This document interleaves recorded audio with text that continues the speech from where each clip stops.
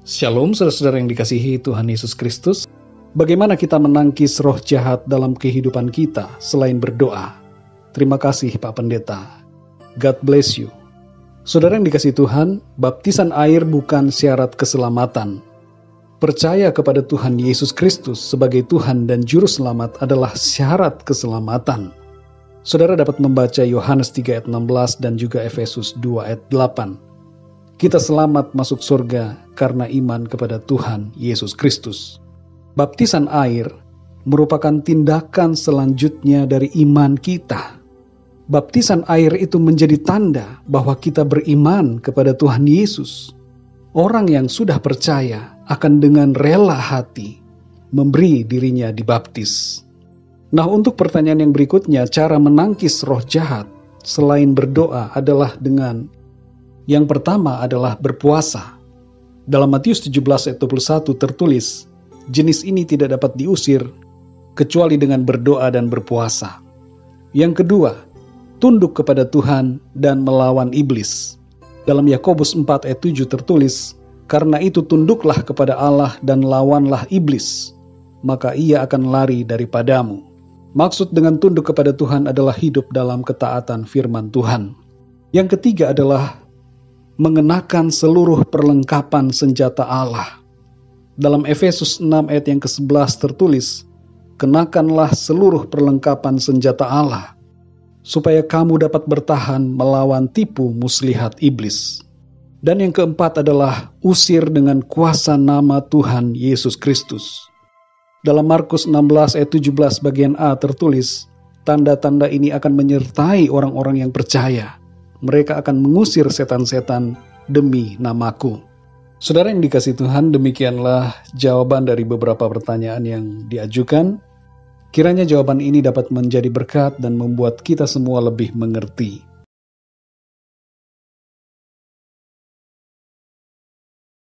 Apa makna dari mencari kerajaan Allah? Dalam Matius 6 ayat 33 di situ tertulis, tetapi carilah dahulu kerajaan Allah dan kebenarannya, maka semuanya itu akan ditambahkan kepadamu. Saudara yang dikasihi Tuhan, untuk mengerti dan memahami ayat ini, maka kita perlu juga membaca ayat-ayat yang sebelumnya, yaitu dari ayat 25 sampai ayat 33 ini. Pada ayat yang ke-25 di situ Tuhan Yesus berkata, janganlah kamu khawatir akan hidupmu, akan apa yang hendak kamu makan, apa yang kamu minum, pakai, dan seterusnya. Manusia umumnya lebih sibuk untuk memikirkan perkara-perkara lahiriah dan lupa untuk mengutamakan Tuhan. Banyak orang yang lupa pada fokus yang benar dan yang utama dalam hidupnya.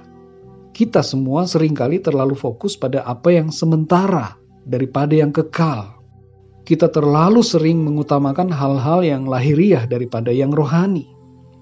Kita lupa bahwa hidup di bumi hanya sementara, padahal ada kehidupan yang kekal setelahnya. Kita sering lupa untuk mengutamakan mencari keselamatan dan kehidupan kekal, lebih daripada kehidupan yang di bumi ini. Kita memusingkan perkara-perkara yang di bumi, tapi lupa pada perkara sorga. Kita sering mengabaikan Tuhan, Sang Pemberi hidup, dan melupakan kuasa dan kedaulatannya dalam hidup kita. Itulah sebabnya Tuhan Yesus mengingatkan di ayat 33, tetapi carilah dahulu kerajaan Allah dan kebenarannya, maka semuanya itu akan ditambahkan kepadamu. Ada beberapa hal saudara yang kita bisa pahami mengenai makna mencari kerajaan Allah. Yang pertama adalah makna dari mencari kerajaan Allah ialah mengutamakan Tuhan di atas segalanya dalam kehidupan kita.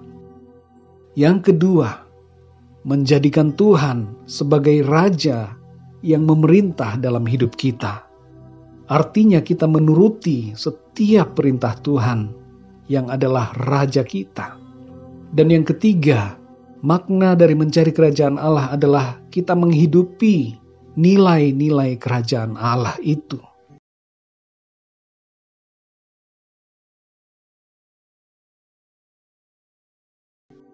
Ada pertanyaan yang selanjutnya, bagaimana mencari kerajaan Allah? Cara mencari kerajaan Allah ialah bertobat dan percaya kepada Tuhan Yesus Kristus.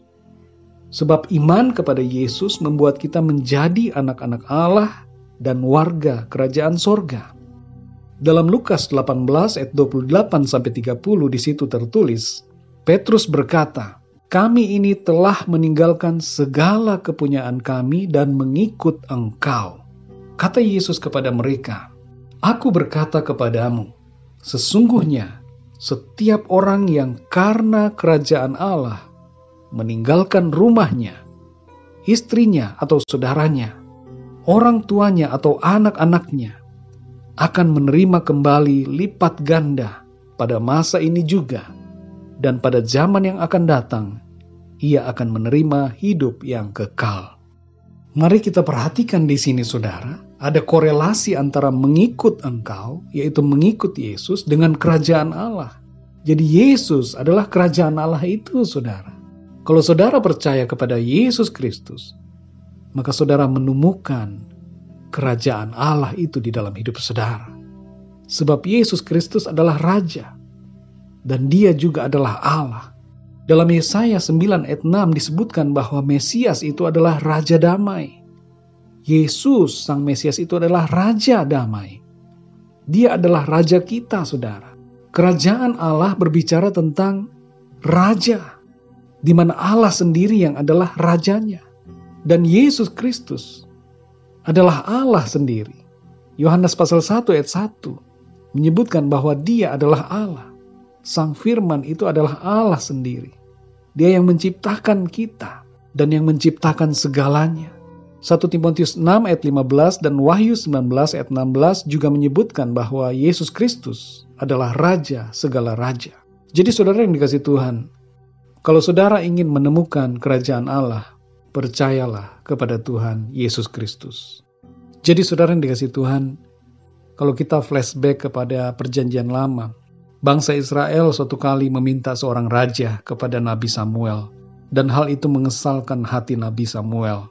Tapi Tuhan berfirman dalam 1 Samuel 8 ayat 7, tertulis demikian, Tuhan berfirman kepada Samuel, "Dengarkanlah perkataan bangsa itu dalam segala hal yang dikatakan mereka kepadamu, sebab bukan engkau yang mereka tolak, tetapi akulah yang mereka tolak, supaya jangan aku menjadi raja atas mereka." Dengan meminta seorang raja dari kalangan bangsa mereka sendiri, maka sebenarnya bangsa Israel menolak pemerintahan Tuhan sebagai raja atas mereka. Kemudian apa yang dilakukan oleh Tuhan? Tuhan datang sebagai manusia, yaitu Yesus Kristus, untuk menjadi raja atas semua umat manusia. Bukan hanya untuk bangsa Israel, tapi Tuhan Yesus datang untuk menjadi raja atas setiap kita, manusia yang hidup di atas muka bumi ini.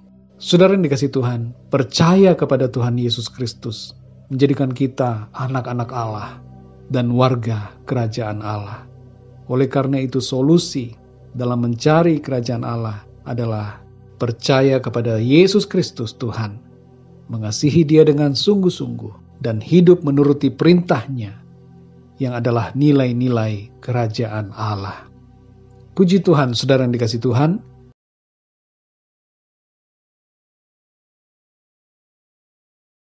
Shalom Bapak, saya bertanya, apakah kalau kita tidak dapat berbahasa roh, maka kita tidak masuk ke dalam surga? Apakah bahasa roh itu salah satu syarat bisa masuk ke dalam surga? Terima kasih ya Pak, Shalom, Tuhan memberkati pelayanan Bapak, amin. Saudara yang dikasihi Tuhan, bisa berbahasa roh bukanlah syarat untuk masuk ke dalam surga. Bahasa roh adalah salah satu karunia Roh Kudus, dan sekali lagi bukan syarat untuk masuk surga. Dalam 1 Korintus 12 ayat 10-11, saudara dapat membaca di situ bahwa bahasa roh merupakan karunia. Dan dalam 1 Korintus 13 ayat yang ke-8 dikatakan, kasih tidak berkesudahan, nubuat akan berakhir, bahasa roh akan berhenti. Jadi saudara yang dikasihi Tuhan, bahasa roh itu adalah karunia untuk kehidupan dan pelayanan selama di bumi ini. Bukan syarat keselamatan, bukan syarat untuk masuk surga. Karena dari ayat ini pun kita mengerti bahwa bahasa roh akan berhenti. Sesuatu yang berhenti tidak kekal sifatnya, saudara. Jadi dengan demikian kita dapat memahami bahwa ini bukanlah syarat untuk masuk ke dalam surga. Syarat untuk masuk ke dalam sorga atau syarat keselamatan adalah percaya kepada Tuhan Yesus Kristus. Dalam Yohanes 3 ayat yang ke-16 di situ dikatakan, karena begitu besar kasih Allah akan dunia ini, sehingga ia telah mengaruniakan anaknya yang tunggal, supaya setiap orang yang percaya kepadanya tidak binasa, melainkan beroleh hidup yang kekal. Dan dalam Efesus 2 ayat yang ke-8 dikatakan, sebab karena kasih karunia kamu diselamatkan oleh iman. Perhatikan saudara, diselamatkan oleh iman. Itu bukan hasil usahamu, tetapi pemberian Allah. Jadi sekali lagi saudara, bisa berbahasa roh bukan syarat masuk surga. Syarat masuk surga adalah iman percaya kepada Tuhan Yesus Kristus. Shalom Pak, saya mau bertanya, kalau dia Kristen, kemudian dia jadi mualaf, lalu bisakah dia kembali jadi Kristen? Jawabannya adalah tergantung. Bisa atau tidaknya tergantung apakah dia ketika dulu menjadi Kristen hanya Kristenan saja, dalam arti belum percaya sungguh-sungguh kepada Tuhan Yesus, dan belum mengalami karunia-karunia Roh Kudus dalam hidupnya, ataukah sudah sungguh-sungguh percaya dan memiliki karunia-karunia Roh Kudus. Kalau hanya menjadi Kristen KTP saja, Kristen yang tidak sungguh-sungguh, kemudian jadi mualaf, lalu balik lagi menjadi percaya kepada Tuhan Yesus, maka ini bisa saudara. Tapi kalau dulunya dia adalah seorang yang sungguh-sungguh sudah percaya dan memiliki karunia-karunia Roh Kudus dalam dirinya, lalu dia murtad, maka dia tidak akan bisa kembali lagi menjadi orang yang percaya kepada Tuhan Yesus Kristus. Dalam Ibrani 6 ayat 4-6 dikatakan, sebab mereka yang pernah diterangi hatinya, yang pernah mengecap karunia surgawi, dan yang pernah mendapat bagian dalam Roh Kudus, dan yang mengecap firman yang baik dari Allah, dan karunia-karunia dunia yang akan datang. Namun yang murtad lagi, tidak mungkin dibaharui sekali lagi sedemikian hingga mereka bertobat. Sebab mereka menyalibkan lagi anak Allah bagi diri mereka dan menghinanya di muka umum. Haleluya.